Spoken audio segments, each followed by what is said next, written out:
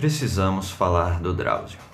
Bem, gente, esse vídeo aqui é um vídeo onde eu procuro fazer uma crítica respeitosa, construtiva e propositiva ao pensamento do Drauzio em um assunto bem particular.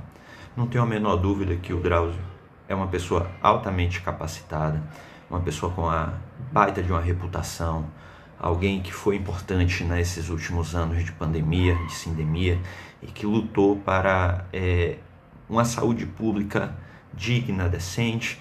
Então, a minha crítica não é uma crítica à pessoa do Drauzio, mas sim a uma opinião, a uma forma, a um assunto, uma temática desse amplo mundo que é a saúde. Pois bem, no dia 23 de maio, eu venho até um pouco tardiamente comentar sobre essa reportagem, né? Um artigo do Drauzio em sua coluna semanal da Folha. Ele decidiu discorrer sobre o ensino médico. Bem, essa opinião do Drauzio ao longo dessa reportagem já é uma opinião reiterada. Eu, claro, fiz uma pesquisa, né? Busquei saber sobre essa opinião do Drauzio em tempos pretéritos e descobri que já é uma reiteração que ele traz ao longo de alguns anos sobre esse assunto. Então, ele começou com um título de Faculdades Tabajara. Poxa, eu sei que não foi uma forma pejorativa a uma etnia tão louvável como os tabajaras, mas seria de bom tom o corpo editorial da Folha ter percebido isso e sugerido uma alteração de título, né? Ainda mais num período que nós vivemos, onde qualquer coisa é motivo de uma crítica. Então, por que não tomar cuidado com a escolha de palavras? Eu sei que não era uma afronta aos tabajaras, mas poderia ter sido melhor escolhido. O subtítulo também é bem paradigmático sobre o assunto que eu quero discorrer aqui, que tem uma conexão com o assunto dos mais médicos, né? Olha esse subtítulo. Acreditar que ter mais médicos melhora o atendimento é um engano. Bem, o Drauzio falou aí uma coisa que é sabida por todos, né?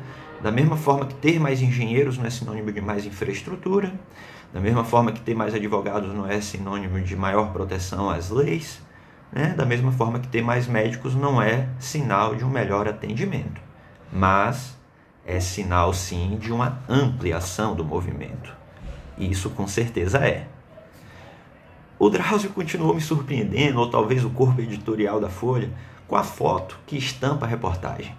Bem, a foto é um orifício na borda superior da imagem, em que desse orifício é expelido uma enxurrada de médicozinhos, em forma de cartoon, com seus estetoscópios, seus jalecos, sendo expelidos desse orifício. Ai, meu Deus, eu achei isso o suprassumo da falta de noção, né? Pois, obviamente que todo mundo vai levar numa esportiva, mas a valoração estética do que ele botou ali na reportagem dele pode, em última análise, nos fazer entender que esses médicos que estão sendo formados nos últimos 10, 15, 20 anos no Brasil são excrementos, me desculpe a palavra, mas é possível fazer essa dedução da imagem. Tá, bem, vamos ao texto em si, né? No primeiro parágrafo, ele dá uma reiterada, né? Ele diz que abrir faculdades como temos feito é um absurdo e custará caro. Como é que alguém pode escolher uma palavra de absurdo e que isso pode custar caro com algo que, como eu falei no início, pode não estar melhorando a qualidade do atendimento, mas pelo menos está ampliando a qualidade do atendimento, né? Vamos fazer um cálculo básico. Até esse momento, o Mais Médicos, desde essa retomada do governo Lula 3.0, já reintegrou cerca de 15 mil médicos ao programa. Agora, imagine, vamos fazer um cálculo bem simples. Esses 15 mil médicos, cada um deles tem capacidade de atender pelo menos 20 consultas por dia, 4 vezes por semana, 16 vezes ao mês, né? 11 meses ao ano, tirando o seu ano de férias. Então essa grande multiplicação aí, gente, dá um incremento assistencial imediato ao Brasil e de forma descentralizada. de milhões de consultas, tá? Podem multiplicar. Vocês vão ver que a gente aumenta a nossa carteira de serviços de forma imediata e instantânea em milhões de consultas. Tá? No segundo e no terceiro parágrafo, ele expõe dados de que o Brasil é o país do mundo com maior número de faculdades, segundo maior número de faculdades, que só perde para a Índia. Faz esse tipo de argumento aí. Né?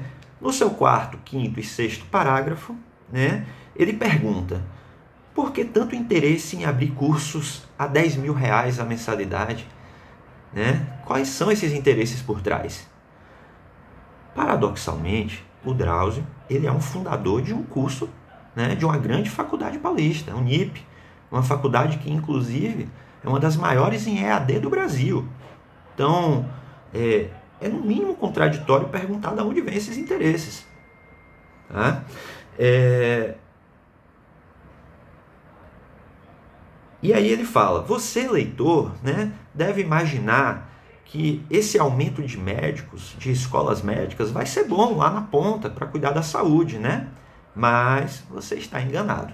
E aí ele vem com uma série de 6 argumentos. Primeiro argumento: essas faculdades são abertas com instalações inadequadas, sem hospital, escola digno. Eu vou mostrar mais na frente que esse argumento não se sustenta. Segundo argumento: não existem professores capacitados. Mas assim, esse ataque aos professores que estão sendo integrados nesses novos cursos que estão sendo abertos no Brasil, qual foi a avaliação que o Drauzio fez para questionar sua qualificação técnica? É isso que eu pergunto. É muito simples, né? A banda podre sempre cair para o lado do ensino. Mas e os jovens que estão ingressando nas faculdades, que vêm com uma subjetividade pós-moderna, capitalista, consumista, reificada, totalmente imprópria para essa cultura de crescer acadêmico que é uma universidade pública ou uma universidade privada? Então, a gente tem que buscar saber aí que as deficiências são bipolares, não unipolares. Né? Um terceiro argumento: ele critica que há poucas vagas para residência médica e que isso gera uma seleção, ou seja, os melhores profissionais eles conseguem ingressar nas poucas vagas de residência médica e os muitos profissionais que não ingressam são profissionais desqualificados. Quem quiser olhar a redação do texto vai entender que ele buscou fazer essa colocação. E esses profissionais desqualificados acabam por ocupar lá na ponta os serviços de saúde. Ele faz um apelo, né, a uma pobre leitora que está lendo um texto, dizendo: você, Dona Maria, se batesse com seu carro, você gostaria de saber que está sendo atendida por um médico desqualificado? Então, gente, eu não sei mais o que dizer do ponto de vista ético dessa colocação, desse argumento, dessa forma de dissuasão. Não é possível que tenha que ser dessa linha o nível do argumento. Né? E ele vem com a questão de uma OAB médica. Né? Por que não uma OAB médica? Como se isso não existisse. Como se fosse algo que não existisse. E eu vou mostrar mais à frente. No argumento quarto, ele reitera essa falta de um processo de proficiência, de suficiência, uma avaliação, né, do curso, dos professores, dos alunos. O argumento quinto, ele faz uma associação que essa má formação, essa formação absurda, indiscriminada, que no futuro vai dar ruim, como ele diz entender, gera uma cultura dos exames, gera uma cultura do empurra para frente, pede uma tomografia, pede isso, pede aquilo. Mas, gente, quem está dentro desse campo da saúde coletiva, discutindo isso, lendo todas essas bibliografias, sabe que não é por aí. Essa cultura de exames, essa ineficiência do processo diagnóstico, esse auto-oneramento do processo diagnóstico é fruto de uma cultura extremamente capitalista, fundada nos Estados Unidos, hospitalocêntrica. Todo mundo está careca de saber isso. Então, em última análise, esse não é a causa primeira desse problema que ele detecta, que é verdadeiro, mas não é a causa primeira desse problema. E o sexto argumento dele, né, e o último, ele reitera, né, essa questão de não haver uma OAB médica e defende a descentralização dos médicos. Ele dá a entender que nós não precisamos de mais médicos, nós precisamos descentralizá-los. Talvez isso seja verdade, mas eu ainda digo que nós precisamos de mais médicos e sim descentralizado. Bem, gente, eu já tentei em outro vídeo, um vídeo anterior, um vídeo onde eu falo sobre o decreto 11.999, fazer um pouco dessa conexão com tudo isso que o Drauzio está falando. Mas, como foi insuficiente e surgiu novamente na sociedade esse tema, eu vou ter que fazer de uma forma mais sistemática a leitura da nossa lei, né? Da Lei 12.871 de 2013, né? Foi uma medida provisória da Dilma, tá? Uma lei da Dilma que foi convertida em lei pelo Congresso Conservador, que mais tarde empichou ela. Então, assim, vamos lá, né? Disposições gerais dessa lei. Todo mundo acha que essa lei é apenas para botar médico em todos os locais do Brasil. Não, essa é uma parte da lei. Mas a lei dispõe sobre outras questões. Então, qual é a disposição geral dessa lei? Diminuir a carência de médicos em regiões prioritárias para o SUS. Fortalecer a prestação de serviços na atenção primária à saúde no país. Aprimorar a formação médica no país. Ampliar a inserção do médico em formação nas unidades de atendimento do SUS. Fortalecer a política de educação permanente. Promover a troca de conhecimentos e experiências entre profissionais de saúde brasileiros e médicos formados em instituições estrangeiras. Aperfeiçoar médicos para atuação nas políticas públicas de saúde do país. Estimular a realização de pesquisas aplicadas ao SUS. Garantir a integralidade com transversalidade através da integração educação e saúde e qualificando a assistência especializada em todos os níveis de atenção do SUS. Ampliar a oferta de especialização profissional nas áreas estratégicas para o SUS. E para conseguir todos esses objetivos, como que a gente vai pôr esses objetivos em prática? As ações. Reordenar a oferta de cursos de medicina e das vagas de residência médica. Instituir novos parâmetros para a formação médica no país, óbvio que de acordo com a Comissão Nacional de Educação. Promoção nas regiões prioritárias do SUS de aperfeiçoamento de médicos na área da atenção básica. Instituição de programa próprio de bolsas de estudo no âmbito do programa Mais Médicos. Recursos ao telesaúde. Então, é através disso que a gente vai botar aqueles objetivos em prática. Aí vamos agora para um capítulo bem específico da lei, da autorização para o funcionamento de cursos de medicina. Então, cabe ao MEC, ao Ministério da Educação, instituir chamamento público para credenciamento de novos cursos de medicina privado no nosso país, né? Nós vivemos numa sociedade de livre mercado. Então, a exploração mercadológica da educação, inclusive por entes de graduação, de educação superior, é totalmente plausível nessa sociedade que a gente vive. E na ideologia, na forma de pensar de muitos da área médica.